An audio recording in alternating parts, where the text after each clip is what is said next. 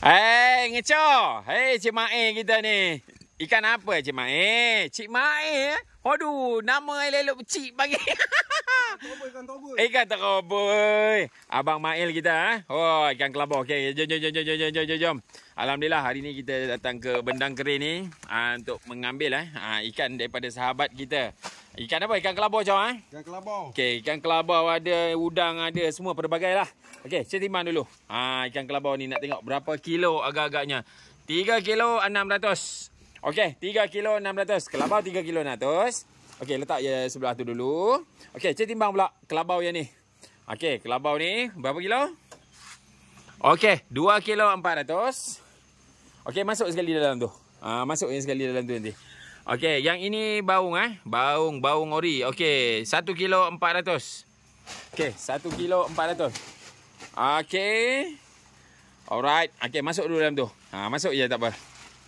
Alright, masuk je terus dalam ni. Okey, lepas tu kita ambil pula udang galah ni. Saya try tengok. Nak tengok seko ni jatuh berapa. Besar juga udang galah ni.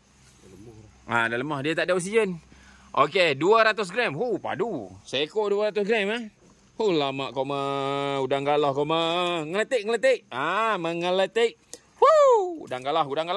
Mantap. Okey, kasih timbang lah semua. Jap, kasih ubah. Tengok, ni saja berapa? 400 gram. 400 gram. Okey, kasih ubah semua sekali. Maknanya kita tak apa, tu biar dulu dalam tu. Dia memang macam tu. Masuk ya, biar. Letak je tu dah. Okey, masuk je semua. Sekarang kita tolak dia punya bakul.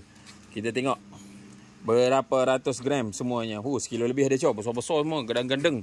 Ini Mika dah ubur lantung hitam ni rasanya, kan? Ubur lantung hitam. Dia ubur lantung hitam memang macam ni.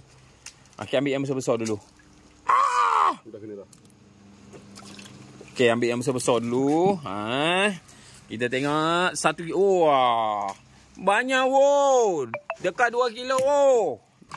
2 kilo lebih. Okey, maknanya lebih kurang dekat-dekat 2 kilo. Dekat-dekat 2 kilo. Mantap. Rezeki tak salah alamat. Rezeki dia mah. Muka ala senyum Muka ala senyum ala gaji. Mantap.